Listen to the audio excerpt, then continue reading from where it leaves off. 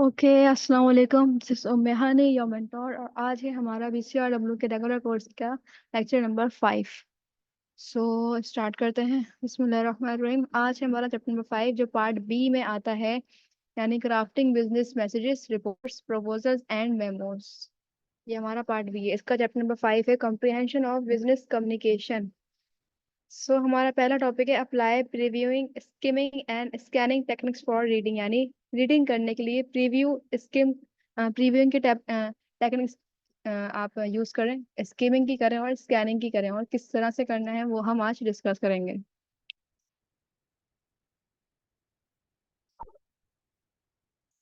पहले हमारा टॉपिक है प्रीव्यूइंग, स्किमिंग और स्कैनिंग के बारे में। Certainly here is an explanation of previewing, skimming and scanning technique for reading along with examples for each. Number 1 हमारा है previewing. It involves quickly reviewing a text before reading it in depth to get an overview of its content, structure and key points। यानी ये जो है ना, आपको quickly review देता है किसी भी कंटेंट का, किसी भी टेक्स्ट का। जब आप रिव्यू करते हो किसी टेक्स्ट को, किसी पैराग्राफ को, तो वो आपको क्विकली रिव्यू देता है एक टेक्स्ट का before reading it in depth, यानी इन डेप्थ रीडिंग करने से पहले आपको एक क्विकली रिव्यू दे देता है। To get an overview of its content, structure and key points. Content, structure and key points. This technique helps reader determine if the text is relevant to their needs and how they should approach reading it। ये technique जो है वो reader को help करती है ये ये ये डिटरमाइन करने में कि जो टेक्स्ट है वो रेलेवेंट है, कि क्या टेक्स्ट जो है वो रेलेवेंट है, उसके टॉपिक के मुताबिक है, और उसकी उसकी नीड्स के मुताबिक है, और how they should approach reading it, और उसे कौन सी अप्रोच जो है वो यूज करनी चाहिए उसे रीड करने के लिए।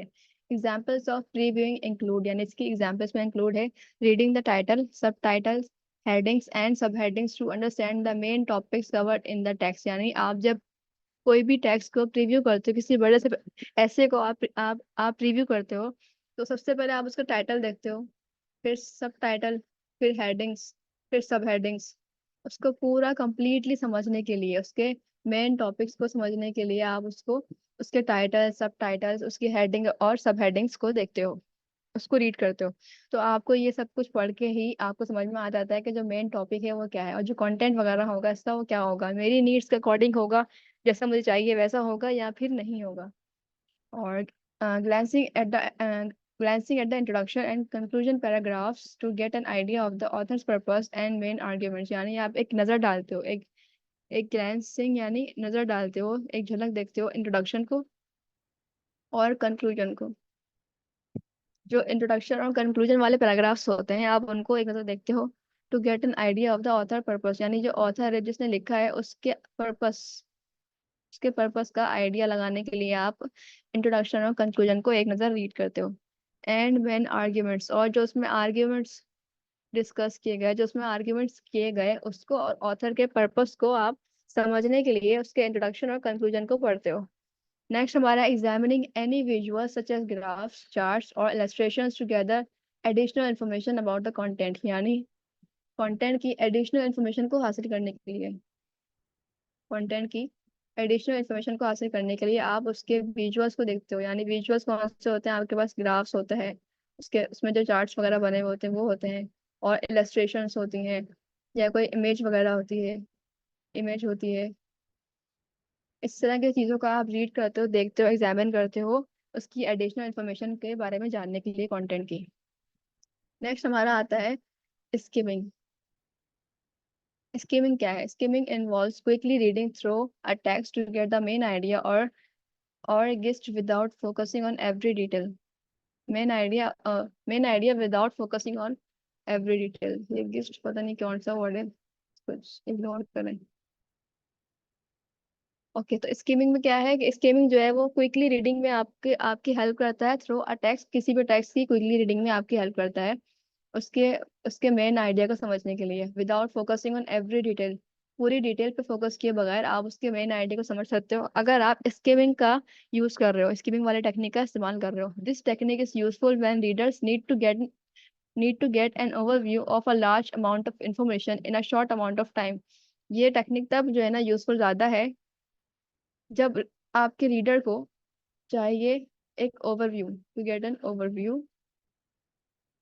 Reader need to get an overview of a large amount of information in a short amount of time. यानी आपको शॉर्ट अमाउंट ऑफ टाइम है, शॉर्टेस्ट टाइम में आपको लार्ज अमाउंट ऑफ इंफॉर्मेशन चाहिए, उसका ओवरव्यू चाहिए, तो आप स्कीमिंग की टेक्निक का इस्तेमाल करते हैं। स्कीमिंग के एग्जांपल्स में आता है number 1, reading in the first reading the first and last sentence of each paragraph to grasp the main point. यानी मेन पॉइंट को ग्रैप्स यानी मेन पॉइंट को समझने के लिए, उस पर आपकी कमांड हासिल करने के लिए आप क्या करते हैं कि आप उसकी फर्स्ट और लास्ट सेंटेंस को रीड करते हैं। पैराग्राफ, किसी भी पैराग्राफ को समझने के लिए, उसके मेन पॉइंट को समझने के लिए आप उसके फर्स्ट और लास्ट सेंटेंस को प्रॉपरली रीड करते हैं। नेक्स्ट हमारा एग्जांपल है paying attention to keywords, phrases and bullet points to identify important information। किसी भी टॉपिक की important information को हासिल करने के लिए, उसको आइडेंटिफाई करने के लिए आप उसके keywords, उसके phrases और उसके bullet points, इन पे जो है ना अपनी अटेंशन डालते हैं। इनको आप गौर से देखते हैं, इनको आप तवज्जो देते हैं कि इसके कीवर्ड्स क्या है, इसमें कौन सी फ्रेजेस यूज की गई हैं, बुलेट पॉइंट्स में क्या लिखा है, उसकी इंपॉर्टेंट इन्फॉर्मेशन को हासिल करने की। क्योंकि अक्सर इंपॉर्टेंट इन्फॉर्मेशन जो है वो बुलेट पॉइंट्स में होती है, या कोई फ्रेजेस में होती है, बोल्ड करके बोल्ड वर्ड्स में होती है, या कोई की वर्ड्स में स्पेशली की वर्ड्स की हेडिंग लगा के वहां पे होती है। तो नेक्स्ट हमारे एग्जाम्पल है इसमें skipping over less relevant sections or details while focusing on the sections that are most relevant to the reader purpose। यानी आप स्किप करते हैं, skipping over less relevant section, यानी जो आपके आपके लिए लेस रेलेवेंट सेक्शंस हैं, जो आपकी नीड पे पूरा नहीं उतर रहे, उसको सेटिस्फाई नहीं कर रहे, आप उस सेक्शन को छोड़ के स्किप करके और ऐसी डिटेल्स को स्किप करके आप आगे बढ़ते हैं। while focusing on the sections that are most relevant, उन सेक्शन पे फोकस करते हैं जो बहुत ज्यादा रेलेवेंट है आपके लिए और आपके पर्पस के लिए, relevant to the reader purpose. Third, आपके एग्जाम्पल यही है कि आप अपने लिए इरेलेवेंट सेक्शन जो है और जो इरेलेवेंट डिटेल्स है उनको छोड़ के आप रेलेवेंट डिटेल और सेक्शंस पे फोकस करते हैं। ये भी स्कीमिंग की एग्जाम्पल है। पहली एग्जाम्पल थी फर्स्ट और लास्ट सेंटेंस को आप पैराग्राफ के रीड करते हैं। सेकंड थी आप कीवर्ड्स, फ्रेजेस और बुलेट पॉइंट्स को उस पर आप अटेंशन देते हैं, उसको आप पढ़ते हैं इंपॉर्टेंट इन्फॉर्मेशन को हासिल करने के लिए, उसको आइडेंटिफाई करने के लिए। तीसरा था कि आप इररेलेवेंट सेक्शंस और डिटेल्स को इग्नोर करके, स्किप करके रेलेवेंट सेक्शंस और डिटेल्स पे फोकस करते हैं रीडर के पर्पस, आपके अपने पर्पस को अचीव करने के लिए। नेक्स्ट हमारा है scanning. Scanning involves searching a text for specific information or details rather than reading it in its entirety। यानी स्कैनिंग से मुराद है सर्च करना। स्कैनिंग से मुराद क्या है? सर्च करना। Searching a text for specific information और details rather than reading it in its entirety। यानी उसको पूरा पढ़ने के बजाय आप उसमें कोई स्पेसिफिक वर्ड, स्पेसिफिक डिटेल्स को सर्च करते हैं, तो वो स्कैनिंग कहलाता है। कोई भी पैराग्राफ है, कोई भी ऐसे है, कोई भी रिपोर्ट्स है या बिजनेस लेटर है, उसमें आपने जो स्पेसिफिक इंफॉर्मेशन है आपने उसको सर्च किया, तो वो स्कैनिंग है। जैसे एक पूरा लेटर है और उसमें लिखा है, उसमें इंक्वायरी, जो लेटर है वो है इंक्वायरी लेटर। उसमें इंक्वायर किसके बारे में किया गया है? इंक्वायर किया गया है कि हमें 1000 वॉचेस चाहिए, 1000 वॉचेस चाहिए। एक कोई भी ब्रांड ले लें, एप्पल ले लें, एप्पल की हमें 1000 वॉचेस चाहिए। बस ये आपका एक स्पेसिफिक इंफॉर्मेशन है, आपका एक कीवर्ड है जिसको आपने सर्च किया और बाकी पूरी आपने जो ना डिटेल को छोड़ दिया। ये आपकी एक स्पेसिफिक इंफॉर्मेशन है। अगर आप सिर्फ ये पढ़ते हैं उस पूरे लेटर में, तो ये आपने स्कैनिंग की है। पूरा लेटर पढ़ने के बजाय आपने एक स्पेसिफिक इंफॉर्मेशन को रीड किया। This technique is useful when readers need to locate particular facts, figures और कीवर्ड्स क्विकली। यानी टेक्निक तब यूजफुल होती है जब रीडर जो है लोकेट करना चाहता है पर्टिकुलर फैक्ट्स, यानी मखसूस हकाइक और फिगर्स और कीवर्ड्स क्विकली। यानी जब जो रीडर है वो फैक्ट्स और फिगर्स को और कीवर्ड्स को क्विकली जो है वो सर्च करना चाहता है, तो वो इस तरह से स्पेसिफिक इंफॉर्मेशन को सर्च करता है। Examples of scanning include number 1, using headings, सब हेडिंग्स एंड कीवर्ड्स। यानी आपने हेडिंग्स का इस्तेमाल किया, आपने हेडिंग्स देखी, सब हेडिंग्स देखी और उसके कीवर्ड्स देखे। To guide the search for specific information within a text. Mean जब आप MS वर्ड पे कोई भी डॉक्यूमेंट बनाते हैं तो उसमें एक यहाँ पे व्यू में या रिव्यू में, आई थिंक व्यू में ऑप्शन आता है। व्यू में एक ऑप्शन आता है नेविगेशन का। नेविगेशन का ऑप्शन आता है। नेविगेशन का जो ऑप्शन होता है उसमें ये होता है कि आपने जो भी अपना कंटेंट लिखा है उसमें जो हेडिंग्स हैं, आप हेडिंग्स को अलग करके लिखें और जो सब हेडिंग्स हैं उनको अलग करके लिखें, यानी आप उनको नेविगेशन पैनल में ऐड कर दें। तो आप जब उस हेडिंग पे क्लिक करेंगे, किसी भी हेडिंग पे, यानी चैप्टर नंबर 1 आपका है, चैप्टर नंबर 1, तो आप जब उस पे क्लिक करेंगे तो डायरेक्टली आप चैप्टर नंबर 1 पे पहुंच जाएंगे। उसकी सब हेडिंग्स पे करेंगे, जैसे टॉपिक नंबर 1, तो आप सब हेडिंग्स पे डायरेक्टली पहुंच जाएंगे। तो ये यही बोल रहे हैं कि आप हेडिंग्स और सब हेडिंग्स और कीवर्ड्स का इस्तेमाल करें किसी भी स्पेसिफिक इंफॉर्मेशन को सर्च करने के लिए विद इन अ टेक्स्ट। यानी आप जो कंटेंट बनाएं या आपके पास जो कंटेंट आता है उसमें आप हेडिंग्स को देखें, उसमें सब हेडिंग्स को देखें या कीवर्ड्स को देखें। और दूसरा हमारा है दूसरा है रनिंग अ फिंगर और cursor down the side of a page to quickly locate relevant sections और पैराग्राफ्स। अपने फिंगर या कर्सर का इस्तेमाल करते हुए पेज को पेज को जो है ना वो डाउन साइड लेकर आए और उसमें क्विकली आप जो है ना लोकेट करें रेलेवेंट सेक्शंस और पैराग्राफ्स को, यानी पूरा पूरा आप जो है डिटेल ना वो रीड नहीं करें, आप डायरेक्टली हेडिंग सब हेडिंग्स और कीवर्ड्स पे फोकस करें। नेक्स्ट हमारा है कंट्रोल F वाला ऑप्शन, यानी जो हम MS वर्ड में भी और गूगल डॉक्स में भी शायद ये ऑप्शन होगा, हम जो यूज करते हैं। उसमें आता है कि आपको कोई भी चीज ना अपने डॉक्यूमेंट में सर्च करनी है तो आप कंट्रोल F करके फाइंड कर सकते हैं। तो इसमें आ रहा है यूजिंग सर्च फंक्शंस और control F find. Control F यानी find, find option on digital documents to locate specific words और phrases within a text. यानी आपको कोई हेडिंग या सब हेडिंग अगर याद है किसी डॉक्यूमेंट की, तो आप डायरेक्टली जो है ना कंट्रोल F करके फाइंड करें उस स्पेसिफिक वर्ड को या हेडिंग वगैरह को, और अपने उस कीवर्ड को, उस हेडिंग को फाइंड करके आप डायरेक्टली स्कैनिंग कर लें। और by using these techniques effectively, readers can enhance their reading comprehension, save time and efficiently gather the information they need from various texts। यानी इन हेडिंग्स का इस्तेमाल करते हुए जो रीडर है वो इनहेंस कर सकता है अपनी रीडिंग कॉम्प्रिहेंशन को और अपना टाइम सेव कर सकता है और एफिशिएंटली इंफॉर्मेशन को गैदर कर सकता है जो भी उसे टेक्स्ट से चाहिए।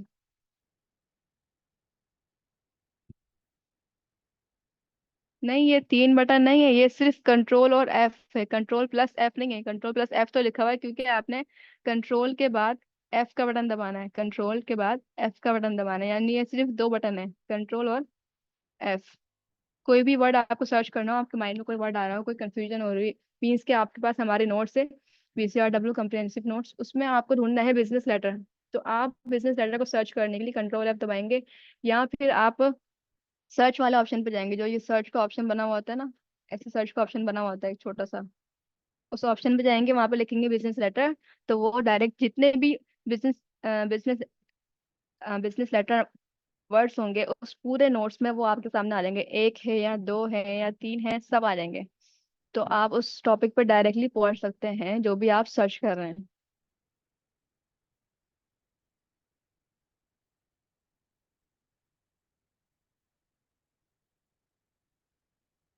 ओके, सो उसके बाद हमारा टॉपिक नंबर 2 आता है एन्यूमरेट इंपॉर्टेंट पॉइंट्स ब्रीफली, यानी इंपॉर्टेंट पॉइंट्स को आप एक्सप्लेन करें लेकिन ब्रीफली यानी शॉर्टली।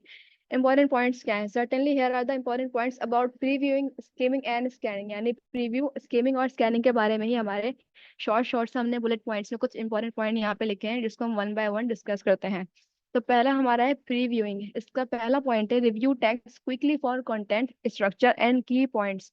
यानी अपने टेक्स्ट को आप क्विकली जो है ना वो रिव्यू करें, रीड करें, उसके कंटेंट को और स्ट्रक्चर को और की पॉइंट्स को समझने के लिए। इन्यूमरेट मीन्स एक्सप्लेन कह सकते हैं।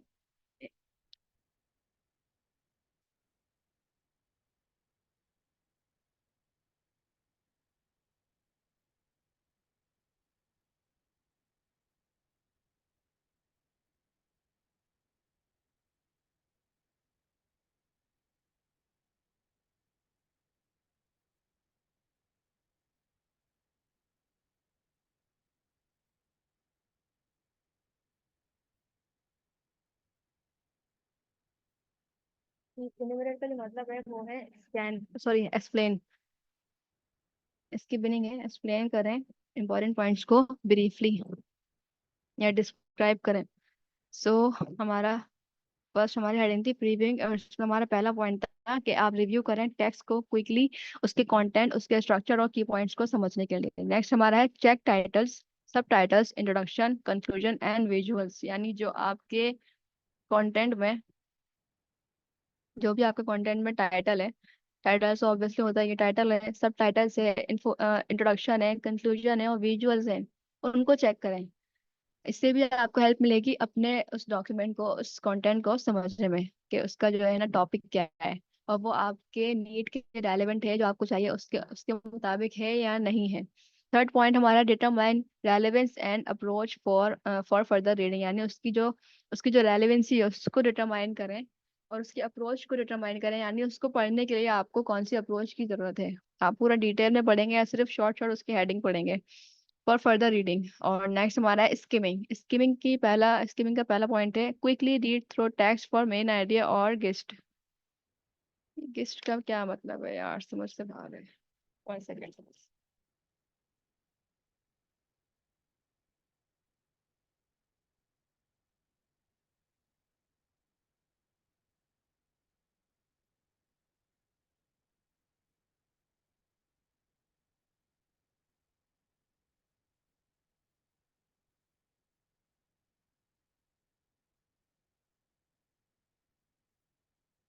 अभी वाईफाई कुछ इशू कर रहा है, तो हमारी मीटिंग चल रही है, ये बहुत बड़ी बात है।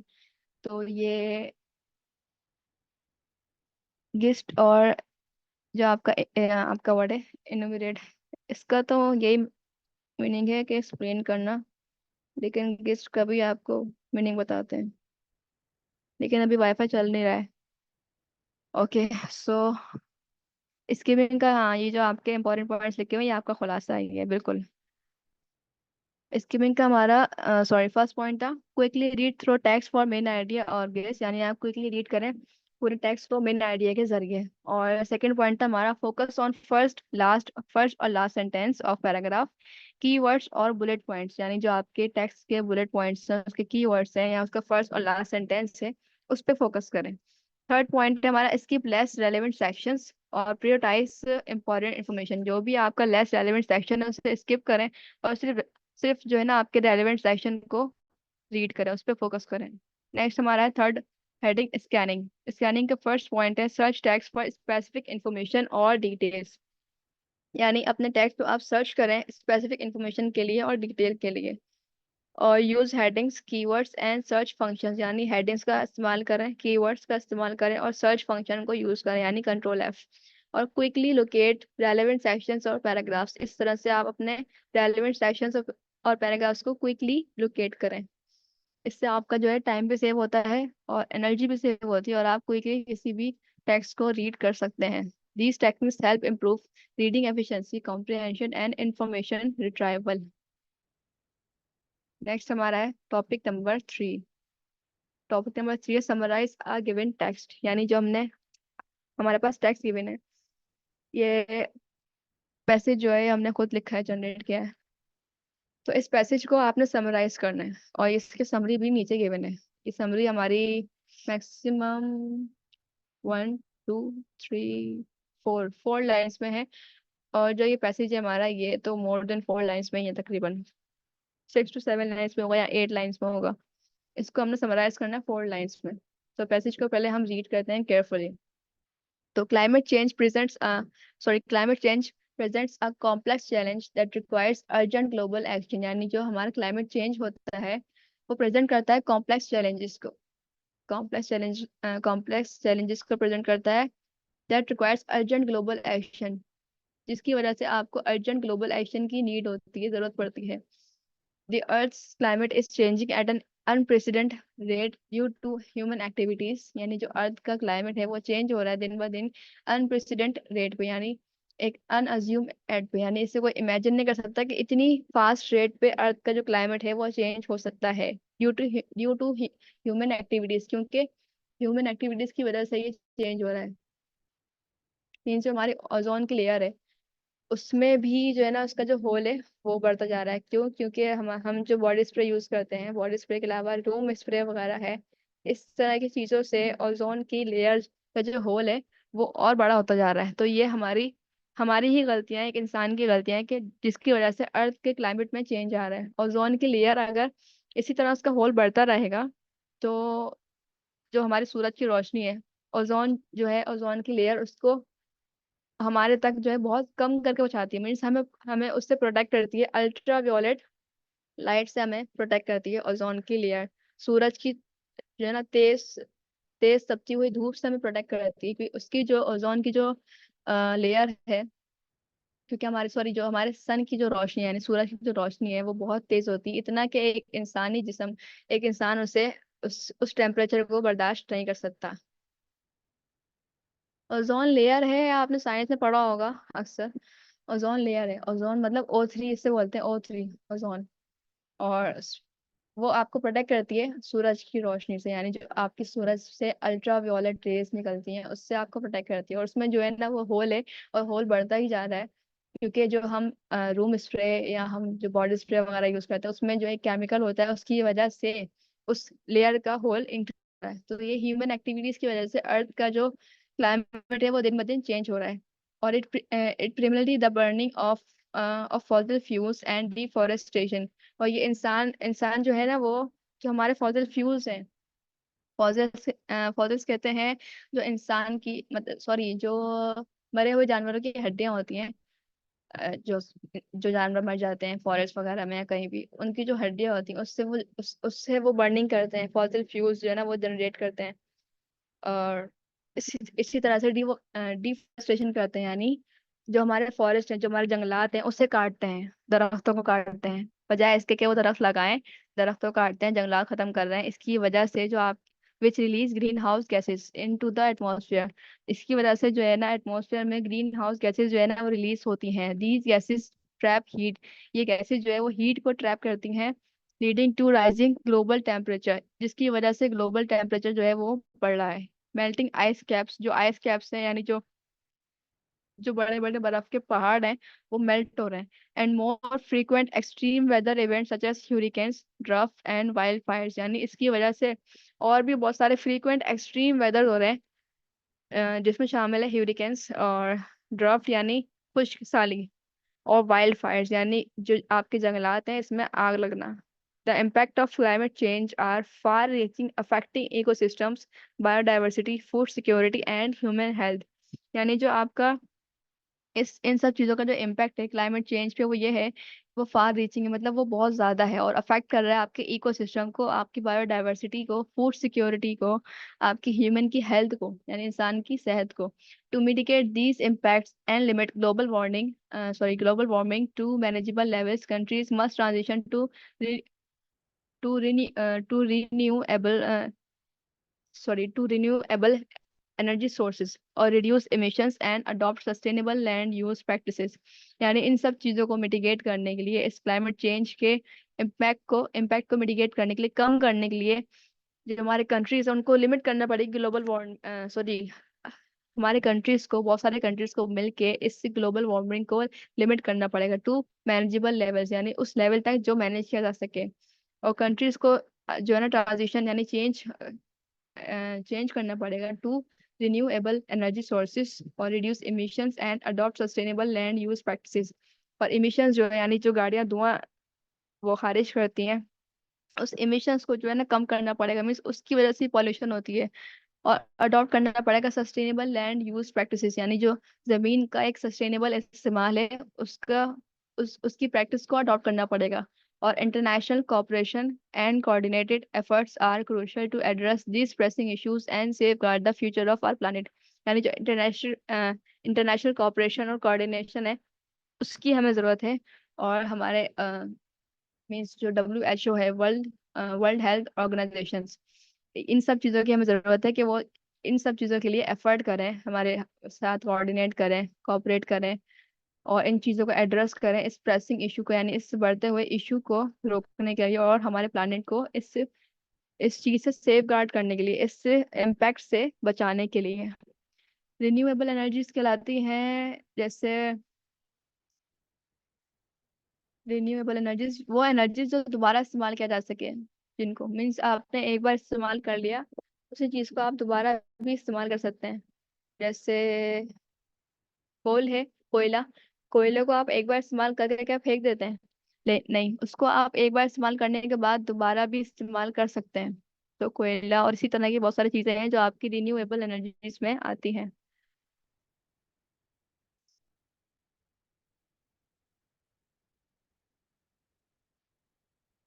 फॉसिल फ्यूल्स तो ऐसा है कि फ्यूल जैसे पेट्रोल वगैरह। और फॉसिल फ्यूल इसका आपको अभी मीनिंग में प्रॉपरली नहीं जो है ना एक्सप्लेन कर सकती। अ, मैं आपको इसके बारे में ग्रुप में पूरा एक पैराग्राफ आपको बता दूंगी, सेंड कर दूंगी। अभी फिलहाल नहीं एक्सप्लेन कर सकती इस पे, फॉसिल फ्यूल्स पे।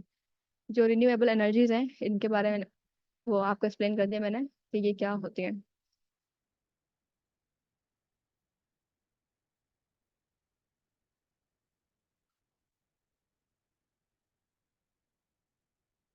ये कोयला इस्तेमाल करके आप एक बार फेंक देते होंगे, लेकिन अक्सर लोग नहीं फेंकते क्योंकि ये दोबारा इस्तेमाल किया जा सकता है। ओके, सो यहाँ पर है, please summarise the passage on climate change highlighting the cause, impacts and actions needed to address the issue. यानी आप समराइज करें इस पैसेज को जो क्लाइमेट चेंज के बारे में, और हाईलाइट करें कॉजेज को, यानी इसकी रीजंस क्या है, और इम्पैक्ट्स को, और एक्शंस जो हमें हमें लेने चाहिए इस इशू को एड्रेस करने के लिए। तो यहाँ पे हमारी समरी गिवन है नीचे, क्लाइमेट चेंज ड्राइवन बाय